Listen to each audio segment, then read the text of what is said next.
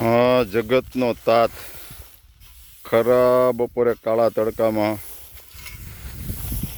જો. હા, આને કહેવાય કુવળ. પીઝા ખાનાર યુવાનોને ખબર નહીં હોય, આજના જે નવયુવાનો જે જેણે ખેતી નથી જો એના માટે ખાસ કે આને કુવળ કહેવાય. ખેડૂત 4 મહિના મહેનત કરીને ઘઉંનો પાક લેતા હોય છે, રાત દિવસ ઉજાગરા કરીને. ત્યાર પછી આ કાળા તડકાના જો કુવળાની ભક્કું છે ને, બહુ કરડે. અનુભવ થયો એને ખબર હોય. ભક્કુની ખબર નહીં અમુક યુવાને ભક્કું શું કહેવાય. હે રામકુભાઈ, આ ભક્કું કઈડા પછી 3 દી સુધી અસર રહે એની.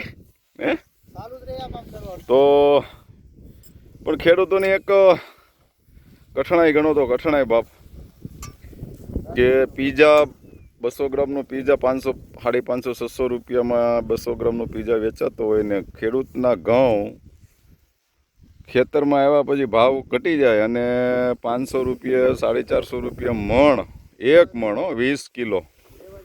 હા, એટલે ખેડૂત ભાગતો થયો છે, બરાબર છે. ખેડૂત લાચાર થયો છે કારણ કે એના ભાવ નથી આવતા.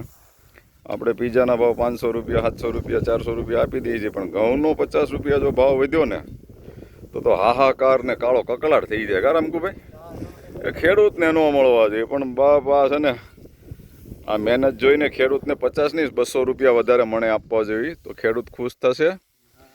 તો આ બધું નકર આગળ જતાં અરાજકતા ફેલાવવાની છે કે પીઝો ભલે અત્યારે તમે 200 ગ્રામનો 500-700માં ખાવશો, પણ એના 2000 થતાં વાર નહીં લાગે. જો ખેડૂતે આ બંધ કરી દીધું ને કામ કરવાનું, ધાન ઉગાવવાનું, તો અઘરું છે આવતો સમય. જય ગૌ માતા, જય કષ્ટભંજન દાદા.